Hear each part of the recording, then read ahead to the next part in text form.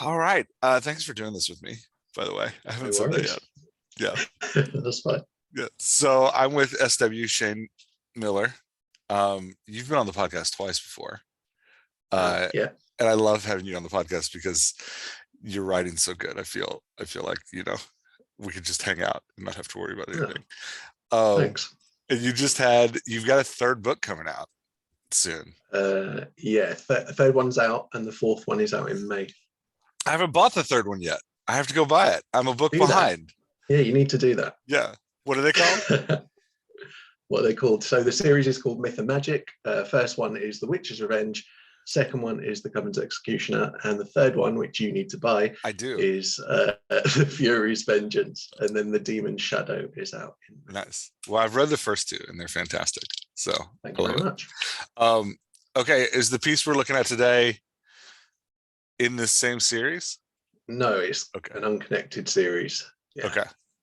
You mentioned witches, so I wasn't sure if they were like different. If this is going to be like a crossover. Yeah. No. Okay. All right. So I got things that we can talk about. What is there anything specifically you want to cover as we look at this? No, not particularly. Okay. Yeah. So I'll let you run with it, man. You're the expert. You just let me ramble and go. Yeah, go for it. Okay, I'm gonna share my screen so we can look at it together. Okay, so beautifully done vampire piece. I really liked it. Really fun. And you handled, so I love that you're talking through everything. And you handled the whole like bloodlust thing really, really well. I was impressed. What inspired the desire to write a vampire? So I wrote a very early version of this about 10 years ago. And it was shit. So let's just get that out of the way. But well, yeah, this one's not. This one's really good. Good. So I came back to this after I'd written the books that I've written now, and I hated the fact that it was just sitting in a drawer. So I thought I'd better try and do something with it. Nice. At least you didn't do what I do, which is just like publish it as it is. I find things in a drawer and I'm like, this shouldn't be in a drawer. I just put it out in the world, and that's always a bad idea. There was a reason I'd put it in a drawer in the first place. Okay, so first question up front.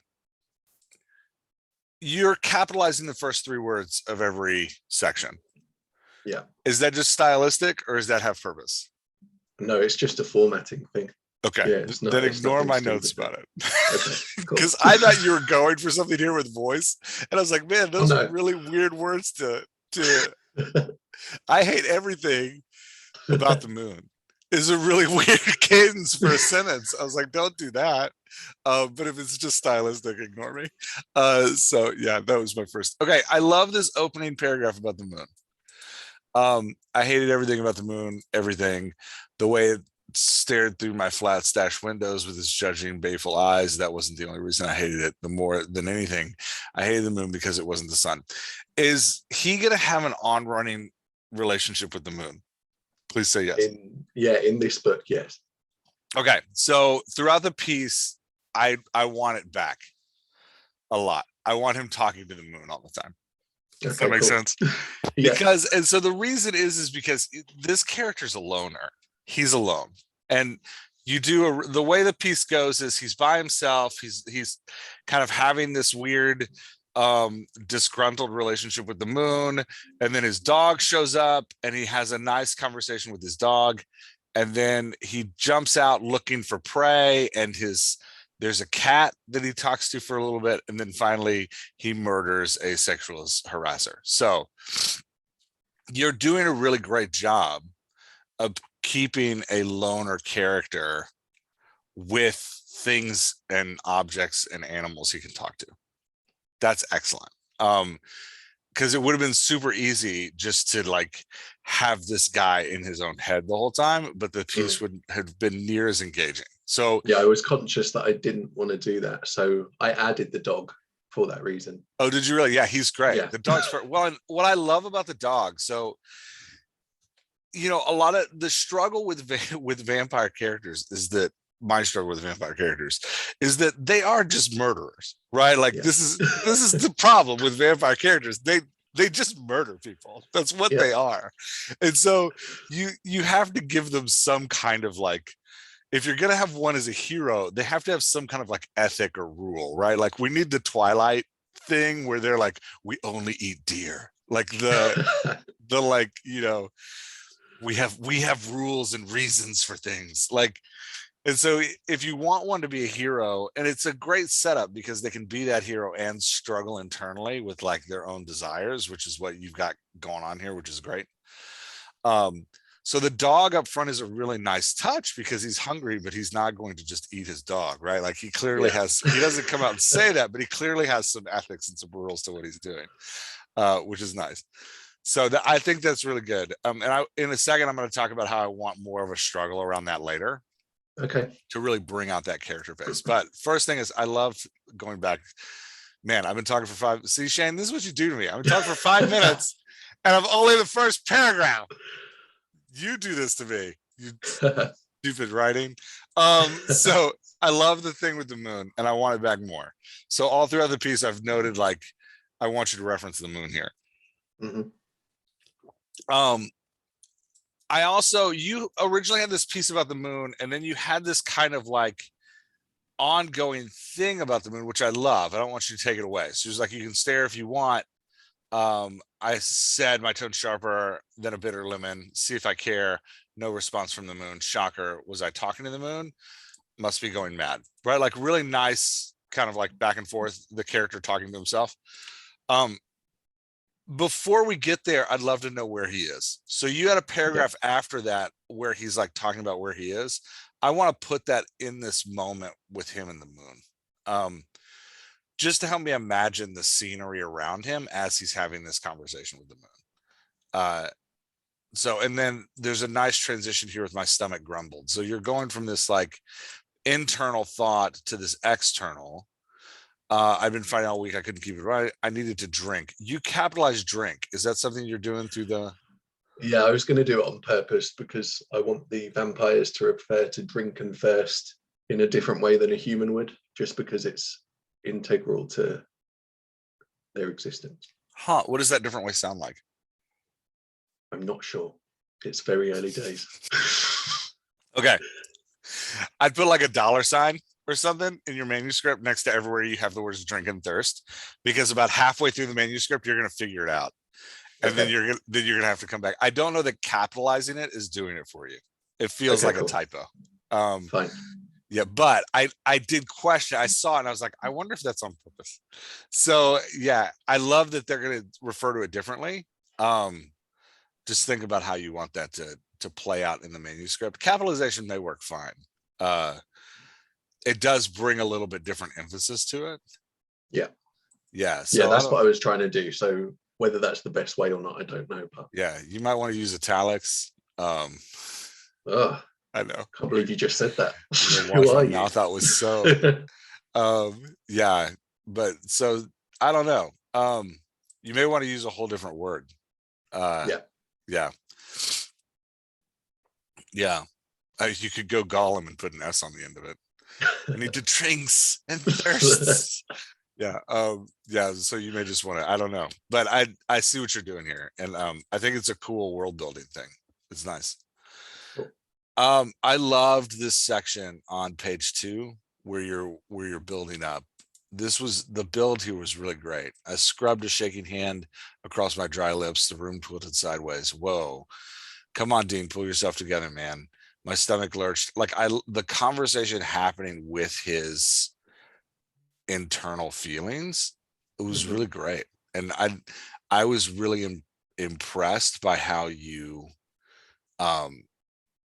brought me in with this like paragraph spacing you're doing, where you've got his internal, you've got his external reaction, internal thought, external reaction, external words, internal thought, internal feeling, internal thought, internal feeling, external action, internal feeling. So you're running this like conversation he's having with his own body, which I found really engaging. Um, Cool. yeah, I was really impressed. Nice job with the paragraph spacing Thanks. there, and like using that in a way to kind of like draw me into this conversation he's having with himself. Um, and then I like that you bring in a longer sentence slash, kind of paragraph here at the end of it to kind of give us that like end of segment feeling. If that makes sense. Um, Mhm. Here, so there is an issue with your paragraph spacing all the way through. At some point, you'll have to decide if his inner thought goes on the same line or a different line. Because here you had like up here, they're all on different lines. Down Yeah. here, he's like, I'm fine. And then you had liar right after I'm fine. Um, and I don't know. It is a big spaced out piece. If the Yeah. whole book runs this way, it's gonna be like 600 pages. Yep. 600 pages, but 60,000 words. So there is a question of like, how do you want to run that? I like them on different lines because it feels more like a conversation to me, but that's Yeah, my I own. think it. No, I agree. I think it works better Yeah. with the paragraph break.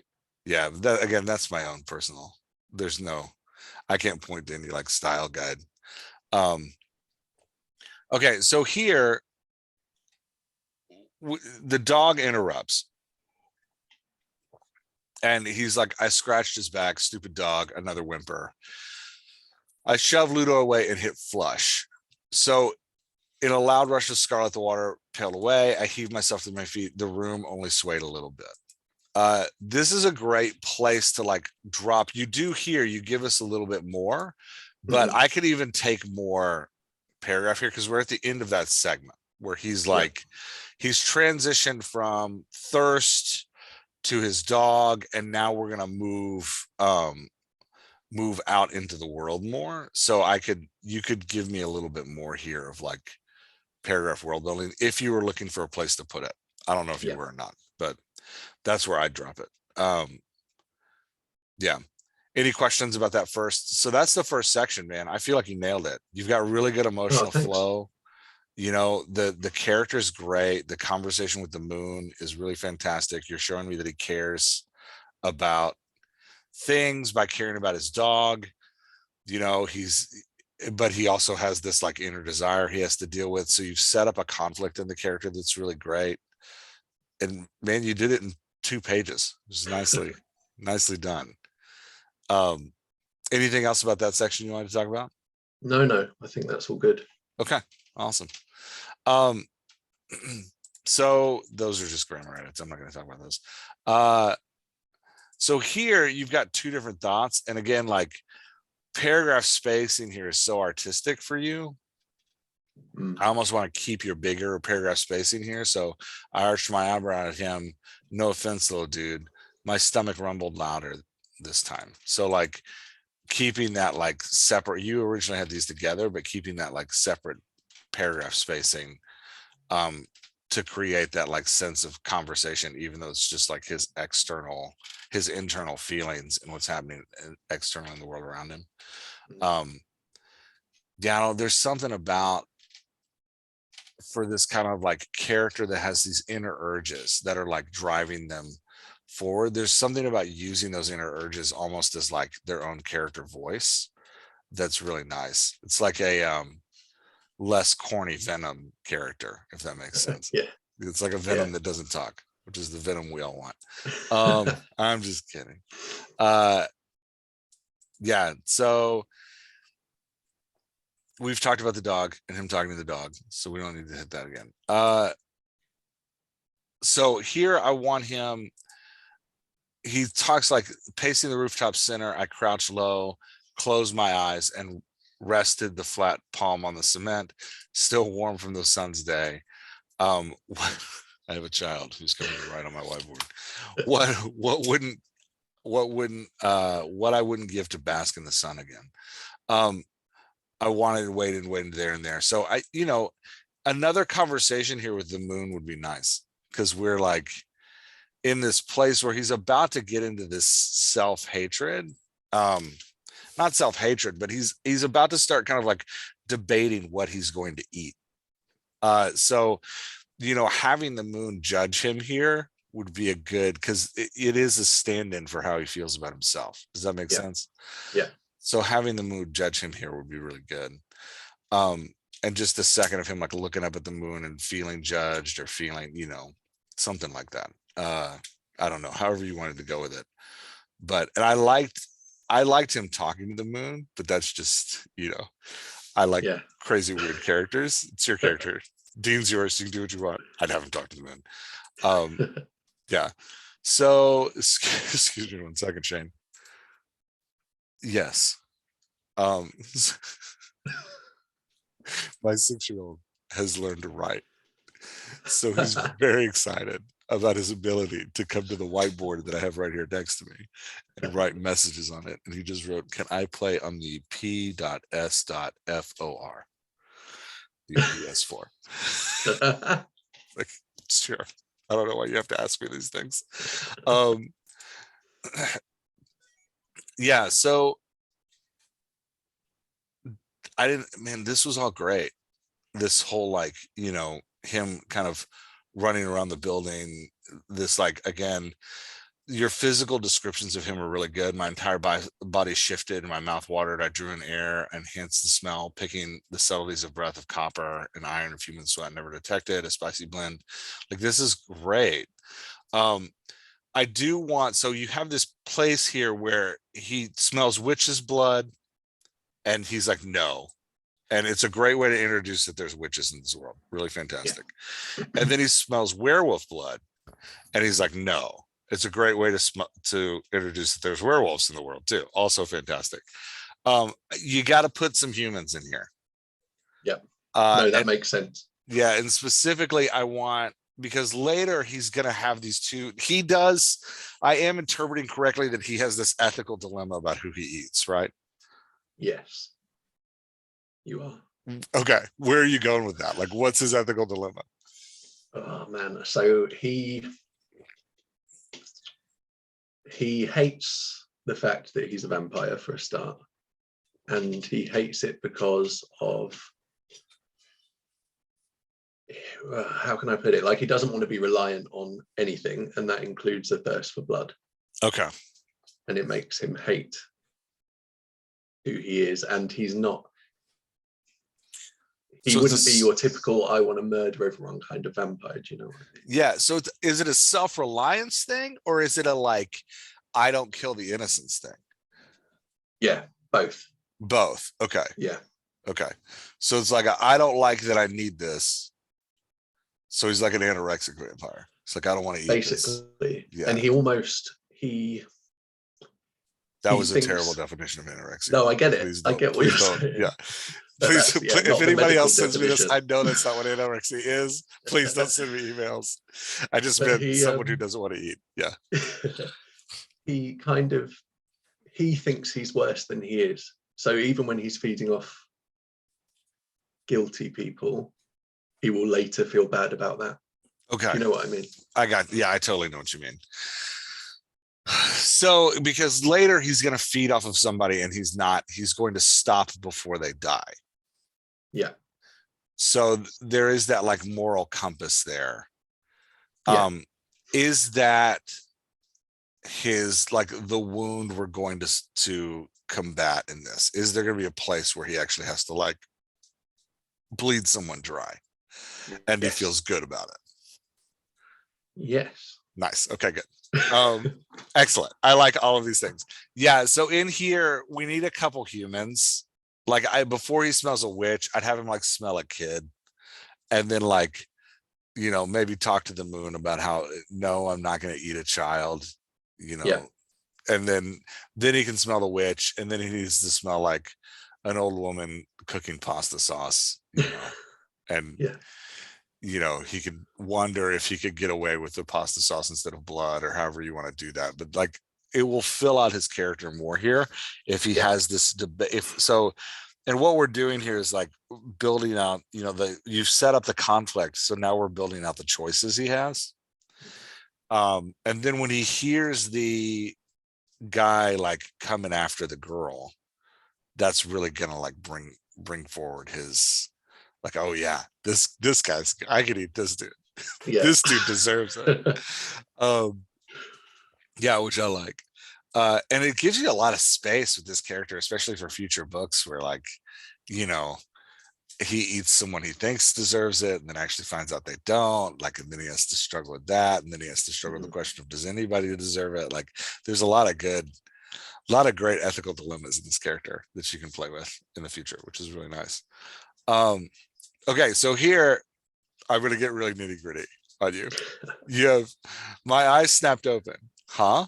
The cat had vanished. Weird. The blood called to me. You only need one of those. Yeah. So my eyes snapped open. The cat had vanished. Weird. Or my eyes snapped open. The cat had vanished. Huh? But I don't need huh. The cat had vanished. Weird. It's one too many beats there. Again, when you give me something, Shane, that's so dialogue centric, I have to, like, find weird things to pick on.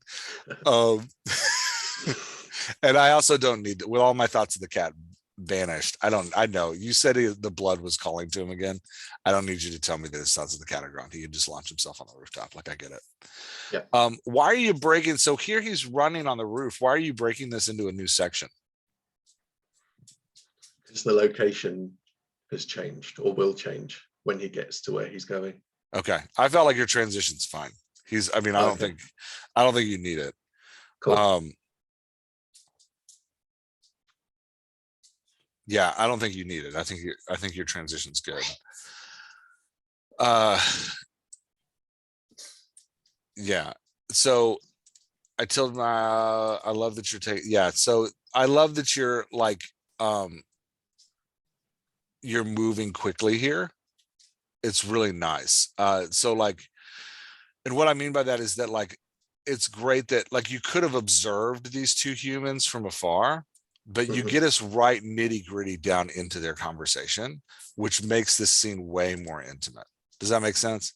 Yeah. Like, he could have watched them from the rooftop. Like, if I think about, like, what you could have done, that probably would have been my tendency as a writer, is to, like, write these 2 or 3 paragraphs about him, like, watching them and following them and, seeing their body language interact. But you get right into it. So we hear them talking. It's really nice, and you push into it super fast, which creates this, like, really strong sense of intimacy in the piece, which is good.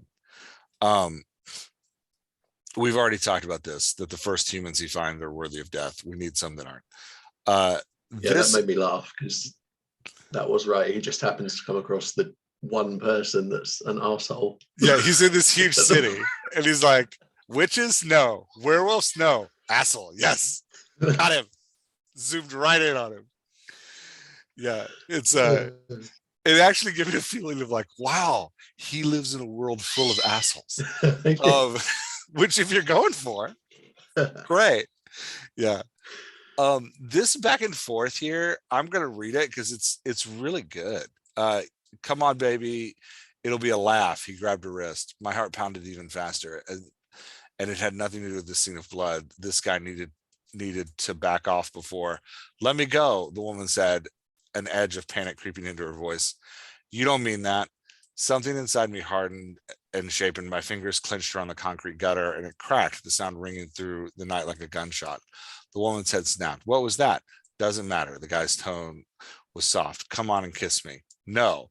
So I love this opening section here. I like the way you're doing this 3-person conversation, where you've got 2 people talking and inserting him in as just this, like, body language observational prose is really great. That's all really strong. When we get here to the no, she says no, he says, come on, don't be like that. And then we have a maligned memory surfaced unbidden. So I need more of a trigger here for this memory. And I need more of a build to this no. So 2 things happening. Like, it doesn't matter. The guy's tone was soft. Come on and kiss me. She says no. He says, come on, baby. And then if we take out the memory, she's immediately, like, yanking free and running away. Yeah. So I just need a little more of a back and forth build, come on, kiss me. I need her to push him a little bit. And then I need her to, then she can say no and like cut it out. Just a little bit more of the drama building here. Yep. I like the memory, but it needs to be more. Right now, the malign memory surfaced and been, wait, what are you doing? I'm going down. I'm going to make you better, Dean. No, that's all you've got for the memory. I don't know that you want to go full in paragraph of like him like visualizing where he was and like the room and all of that. That'll take us too much out of this sexual assault scene. But telling me what this voice sounds like, like, wait, what? Yeah, sorry, telling me what this voice, I'm going to make you better, Dean. Telling me what that sounds like. Letting that voice speak first. Yeah. And then I need the visual cue you're trying to lead me into is her saying no. Her saying no triggers the memory. I need a no up front. Okay. Does that make sense? Because they need to be parallel, right? Like I need her to say no, and then I need him to be like, the malign memory surfaced unhidden or unbidden. I can't want to say unbidden. It's unbidden. The malign memory surfaced. Yeah, unbidden. I always did it again. And then having him be like, I had said no 1,000 times, right? Like, no, what are you doing? And then, something about the voice, like the sultry, sweet voice whispered in my ear, I'm going to make you better, Dean. No, I cried. And then give me like such a simple word, so easy to ignore. Give me something that snaps him back. Yeah. Right. Like I shook it off and focused down, or, something that the moon was laughing at me, something that like brings him back to the present. But we need in that memory, that like flashback moment, we need the intro and outro. Yeah. To know, otherwise we're gonna miss it. Does that make sense? Like if the memory is just 3 lines, we're gonna miss it. So give us a little bit more. Yeah, that makes sense. Yeah. Is this a memory that I assume this is coming up throughout the book? Yes. Okay. Yeah, definitely. It's the memory of him being turned. Nice. Is this the cat? Is the cat the one that turns him? No. I was kind of hoping. The cat is important. I haven't just mentioned a random cat for no reason. No, I know. I've read 2 of your books. I know that you don't like mention random stuff. That's why I was like, ooh, there's a cat. The cat's something. So, and then I got here, I was like, ooh, maybe the cat turned him and he doesn't remember. And the cat's like, a witch vampire who turned him one time. It's not the cat. It's the person who's in his flat when he gets back at the end. Okay, that makes more sense. And I was kind of hoping that person was the cat. So no. Cat is a person, but it's not that person. Okay. Crush all my hopes and dreams. No, it's okay. But I just gotta say, like, you got me in, man. You got like I'm in. I'm all in on all of these characters and who they are. So nice job. Cool. I need more of a battle here. So we come out of the memory, and then the woman yanked her wrist free and darted back the way they came. Come back, you prick teasing bitch. I need more of a battle here. Mostly she needs to do something so that this guy doesn't just reach out and grab her again. Because that's, realistically, that's what he's going to do. She's going to yank her wrist free and try to dart away, and he's going to grab her. Right. Like, so she needs to like smack him. She needs to push him real hard. She needs to do something that sets him off balance so she can get away. And part of that is like raising the stakes of what's happening here and letting us see that, like, right now it feels a little bit like he just let her go, and it made me question, is like, okay, well, he's a jerk, but he didn't, I mean, I hate to say this, he's a jerk, but he didn't like rape her. Should that like bring in internal thoughts from Dean about like, oh, maybe like maybe he's just drunk, maybe, but if you up the stakes here and make this guy actually come after her a little bit more, then there's no doubt that like, yeah, this dude should die. And that's part of what I want here. I want unquestionably this guy's a monster. And I also want to build the tension and the drama here to make it a little more realistic and that she's not just running away. Right. Does that make sense? Yeah, perfect sense. Okay, so then we jump into the conversation here. His first line is great. She said, "No, asshole." That's awesome. Great opening line to the thing. Very cinematic. Like you can see that is like his like, you know, hero entrance to the scene. Yeah. Yeah, so we get into this conversation between the two of them. Here you have this, and again, this is just me nitpicking, but the man flinched and spun to face me, his eyes going wide. Who, what? It's none of your fucking business, pal. His pulse jumped beneath his skin on the side of his throat.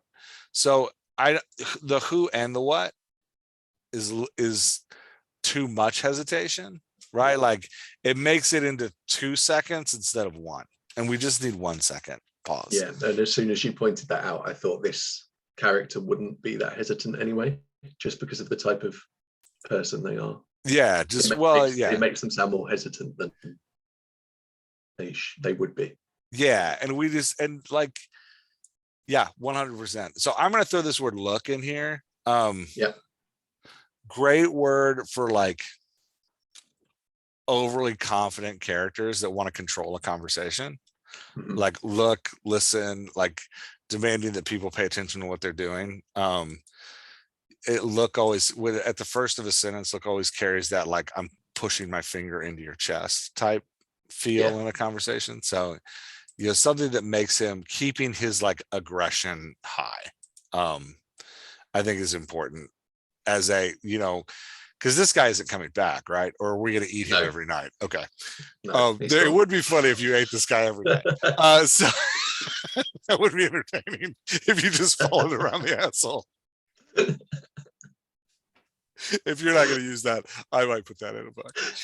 With the vampire just chases the asshole around. Just one person. Just one person. Especially since you wipe his memory at the end of the scene. Every night you're just like going to find Frank, the guy who like, you know, sexually assaults women in the neighborhood. Just gonna go hunt him down again. Train him again. Can I do it again? Has it been 3 days? Is he back yet? He can get weaker and weaker throughout the book. So finally he's just like in a wheelchair, like catcalling women from a wheelchair. Yeah, anyway. Sorry, that's terrible. So yeah, I would keep him aggressive, keep him the stereotype. Yeah, angry mean stereotype. So here I had a like, body language is such a weird dance. Originally he brushed the tip of his, and the reason I want to dwell here, Shane, is because I'm not sure if this is just me or if this was actually something that needed to be edited. It may just be me. So yeah, I'm gonna dwell on my own weirdness here for a minute. He brushed the tip of his nose with his thumb once, twice, 3 times in quick succession. Hard man, he smirked, bringing his fists up like a boxer's guard and bouncing on the balls of his feet. That's how you originally wrote it. Yeah. And it felt weird to me that he was like doing this before he gets into this. So but I don't know. Maybe that's what you were trying to imagine. It's not a like, this is 1000% preference, but part of me wanted him physically here and then like doing that with his hand. Like, come on. So it was, I don't know. It doesn't actually matter. But you know, I think part of that is that like empowering my imagination as the reader, like how you actually want, how this plays out. How did you see it? Did you see his hands up first? Did you see him like one-handed, like prepping his nose? Yeah, probably hands up first. And it does make sense because you would stumble over that. I think if I read that and I hadn't written it and I wasn't too close to it, you would stumble. Yeah. You think, hang on, his hands are already up. His hands are already up. Or like, why is he? And again, when we talk about, you know, this is what you do to me, Shane. You send me pieces that I don't have a lot of comments on, so I have to pick on your like body language around his nose. When it, I don't think this is a major stumble for a reader, but I do think there is, you know, something in that, like, how do Yeah. I want the reader to see this scene and what this guy's doing? If you do bring this character back to be drained every week, he has to do this every single time.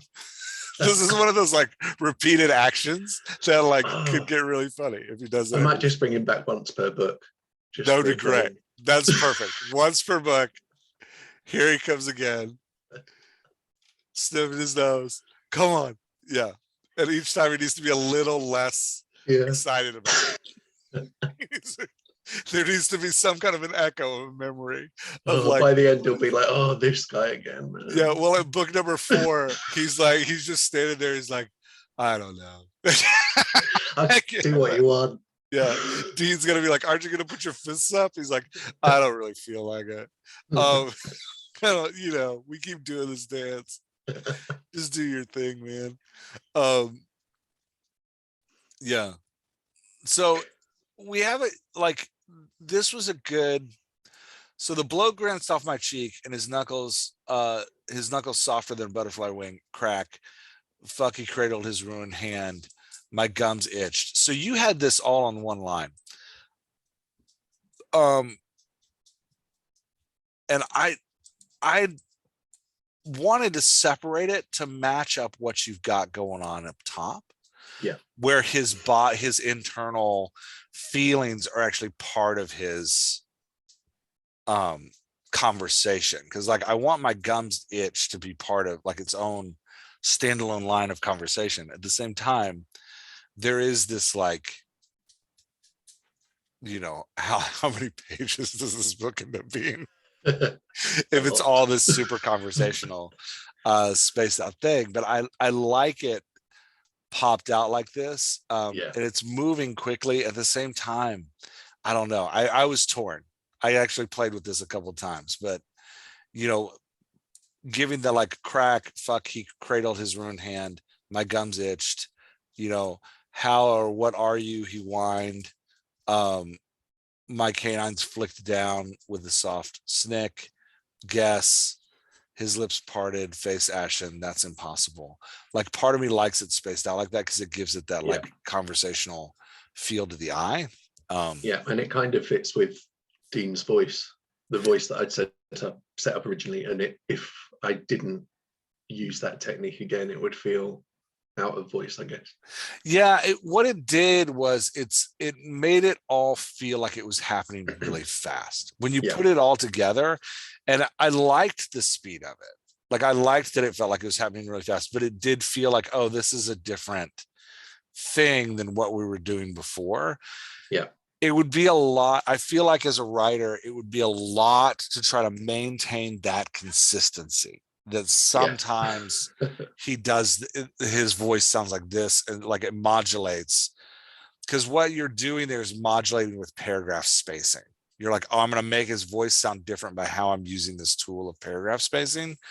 That's a lot to track through a book. And if you can't, you know, I mean, you were just on the, you know, network effect Murderbot call, and she's using a lot of, like Martha Wells is using a ton of tools in there to modulate her character's voice, right? Like she's using parenthetical statements and she's using, you know, paragraphs, and she's using, sometimes the utterances are this long and sometimes they're even longer. And then, you know, she's using questions in interesting ways to modulate the character's voice.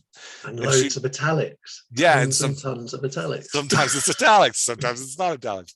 And what she does really well is it's always consistent. I always know exactly how to read it. Yeah. You could do that here, but it's a lot of work. Yeah. So like, you know, the question I have is like, is it worth it? Like, do you get it good enough? Martha Wells got a huge payoff and won tons of awards for it. Like, but do you win a Nebula for paragraph spacing? Like, is that actually worth it? I don't think you will, but you know, you can go for it. But again, it's just a style question of like how you want that to head off. This page, I had almost no notes. Page 9 was great, man. He cries out in pain. Yeah, it was really good.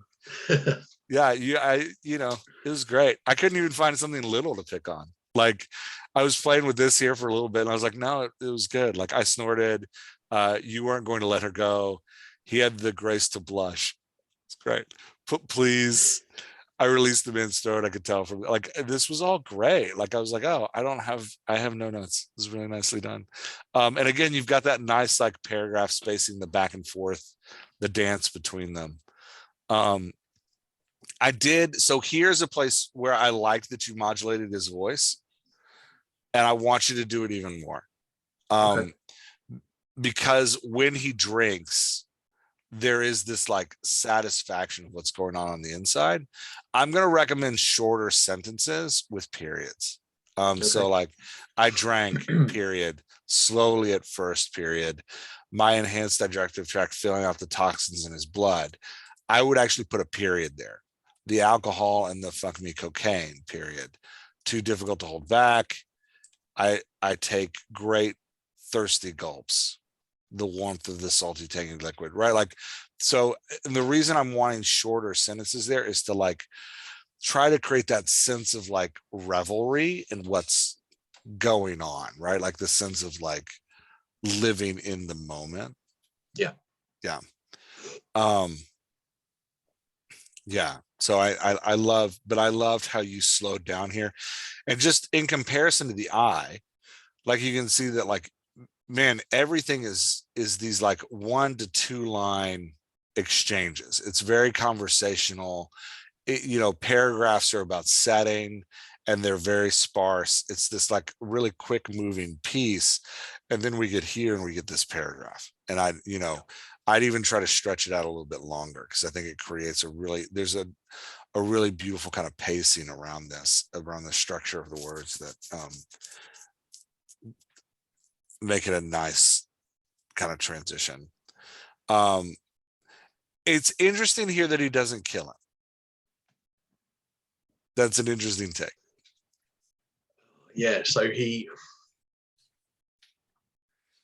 how can I put this? Like, so he obviously, to turn him into a vampire, somebody technically killed him. Yeah. And although he wouldn't turn this guy just by draining him, he would never want to put somebody through that. And he's not comfortable with the idea of killing. Okay. You'll have to make that more clear somewhere else. I wouldn't make it clear here. You kind of hint to it here. I wouldn't try to make it more clear here, but that complexity, I don't think fully landed here. Fine. The complexity of like, I only drink assholes lands great. Yeah. The complexity of like, why am I not killing this guy? Didn't fully drop. And I was like, oh, I'm not sure why he didn't just leave this guy dead on the floor. Right. Does that make sense? So yeah, somewhere he's going to have a conversation with another vampire or somebody else about why he's not killing these people. Yeah. No, that makes sense. Yeah. Yeah. But again, is there any kind of smaller hints that I could add around here to without, because I don't want to destroy the pacing by adding random stuff. Well, not random, you've got this conversation here, he flashes back again and again in the flashback. Once you've given the first time you give me the flashback is where I need more. Yeah. Does that make sense? Yeah. Whatever you change that opening flashback to, you're going to have to change this one too as well to match it. And again, I want to comment on how this voice sounds. And part of the reason I want to comment on how this voice sounds is because when we hear it again, I need to know it's that voice without you telling me later. Yeah. So go ahead and set that up now that this voice sounds a certain way. So you've got this, like his pulse fluttered. If I drank much more, he'd die. Why shouldn't I? He was scum. He would have raped women if I hadn't have stopped him. So you've got the like, yeah, he should die. He deserved to die. All I had to do was give in to the thirst. Give in, never. I jerked away, my fangs set, disengaged. He slumped to the floor along the ground. The saliva left instantly, right? So this is what I'm talking about, is that like you tell me never, but there's a couple reasons it could be never. Mm. Right? Like it could be never because I don't want to, if I kill him, I'll turn him. Because I don't really know the rules of your world yet, right? Like this Yeah. is the first. It could be never because I don't kill people. It could be never because I want him to suffer, right? Like he's going to suffer now that, like, there's a lot of reasons for this word never. So I don't know that, like, you could give him another sentence here, like never, that's not me. I'm not a monster, would be kind of like the more standard kind of vampire parody. Like it reminds me of like Vampire Diaries, where they're constantly debating on whether or not they're monsters or, just really sexy evolved people. Like it's one of those, like, are we monsters? Or are we just really hot? So that's like, you could go that way with this never. But I don't know that I would. You might just bring it up later and just hint to it here. Yeah, I don't know. I play with it a little bit and see how it feels, because you don't want this, like, your world building here is so great because it's happening in conversation with his body and with the people around him, and it's moving so quickly, and there's not these big paragraphs of like, this is what it means to be a vampire, you have bloodlust, like, you're not doing that, like, you're not making me feel too much world buildingness. You're sneaking it in. So, I don't want you to lose that sneaking it in to get another ethical dilemma. I will say he's got a lot of ethical dilemmas going on. Yeah. He only drains assholes and he doesn't kill them. You're going to have to center that on some kind of, ethical principle that ties all of these things together. Yeah. Whether it's like, I'm not a monster, or whether it's like, I didn't choose this, like I am evil, and so like I'm trying to restrain that evil. Like a lot of this is going to come, if we talk wants and needs, he doesn't want to drain people until they die. He doesn't want to hurt people that don't deserve it. What's the underlying need that's driving that want? Like, does he need to see himself as not fully turned? That's the, like, I'm not a monster thing. Does he need to see himself as different from those around him? Right? Like that's more the Blade paradox of vampire lore, of like, I'm not one of you type things. Like, yeah, I'm turned, but I'm not one of you guys type thing. Like, what is his need going on here that drives him to like do these changes? Because that need is going to create your plot around him. Yeah. Do you have a need in mind? I was going to go with the I'm not a monster, but I think it's probably more along the Blade lines, to be fair, because we see him reintegrate with vampire society later in the novel, like breaking into Act 2. Nice. And it's very much that he's not one of them, or he doesn't think he's one of them. Yeah. And that's there's so much. Part of what I love about vampire lore is the whole like addict premise around it.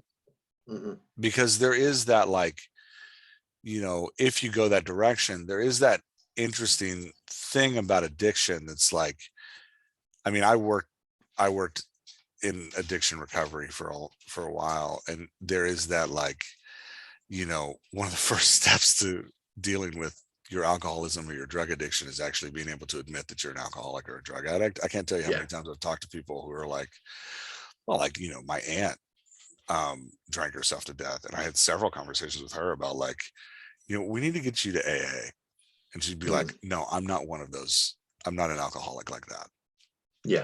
And I'd be like, but you're drunk right now. It's we're having a family dinner and you came here drunk, so like, it's that kind of like, denial of that needs to be admitted before you can actually like deal with it. Vampire lore leads to that kind of like deep conversation around what does it mean to accept who we are and change the paradigm at the same time. Does that make sense? Like, so that does work, because by the end of the novel he does accept what he is. So you'll need to give him models. If you think in that AA paradigm of like the way that addiction is overcome is by having a sponsor.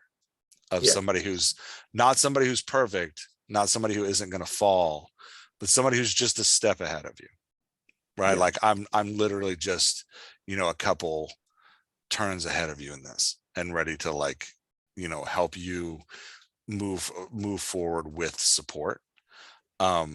Having that kind of like sponsor-sponsee relationship. Not that you need to call him a sponsor, but he needs to see an example of what it could look like. Yeah. Yeah. Yeah. He needs to see the Cullens living in Oregon who don't eat people at He all. doesn't. And their eyes are yellow and they get in the sun and they glisten. Oh, Whatever, man.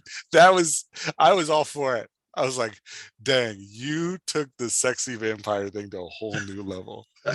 Good job. Making vampires accessible to Mormons.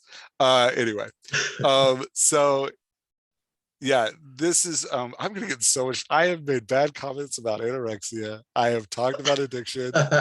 I think I made a comment about like killing people earlier, and now I just took a shot at Mormons. This is the episode where everyone stops listening. I'm gonna get emails about this call. Shane killed the dialogue doctor. Oh man. Okay.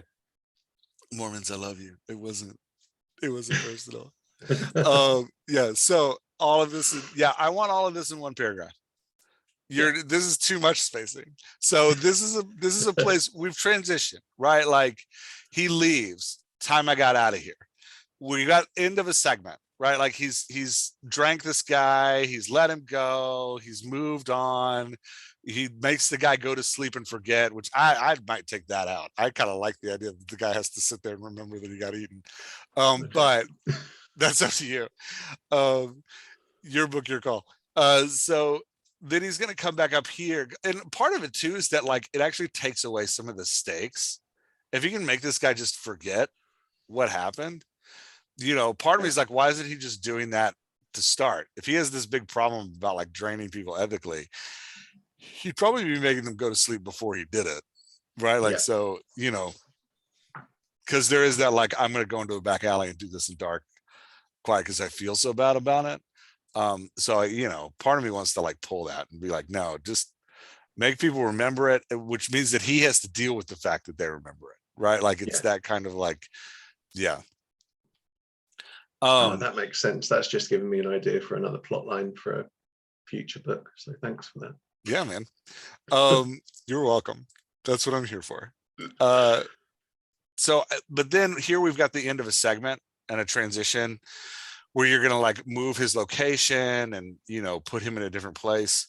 I'd put this all in one paragraph. The rooftop dress quickly, the times, thanks to the much needed energy injection from the disgusting human, I land lightly on the windowsill.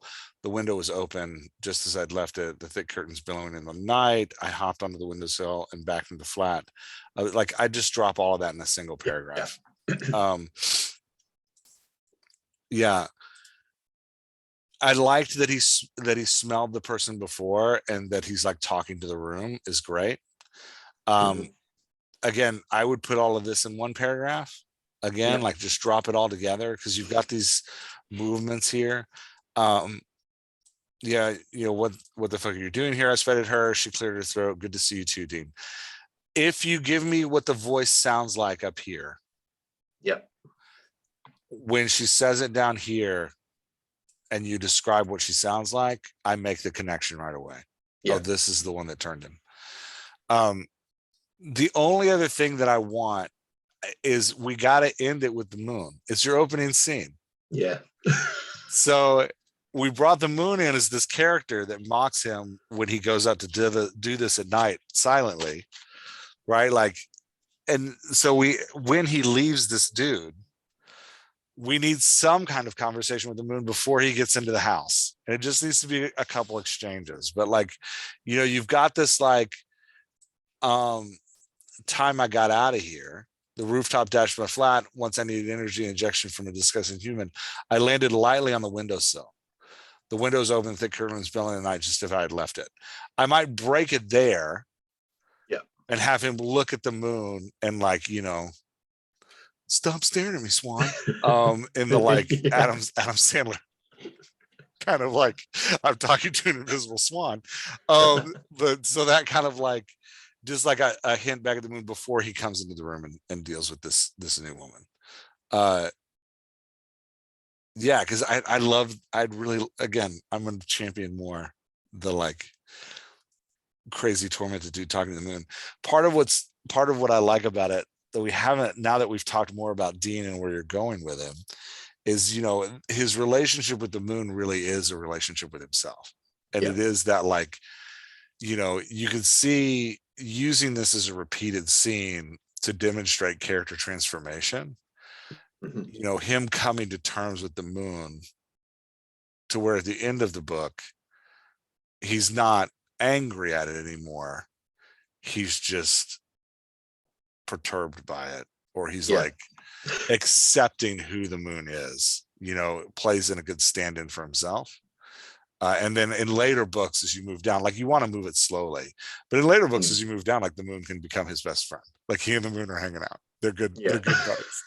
I misunderstood you, Mr. Moon. Yeah, and if you do that, please have a reference to Goodnight Moon in there somewhere. Yeah. Um, yeah, I would like that. Anyway, this has totally devolved into what Jeff wants Shane to write.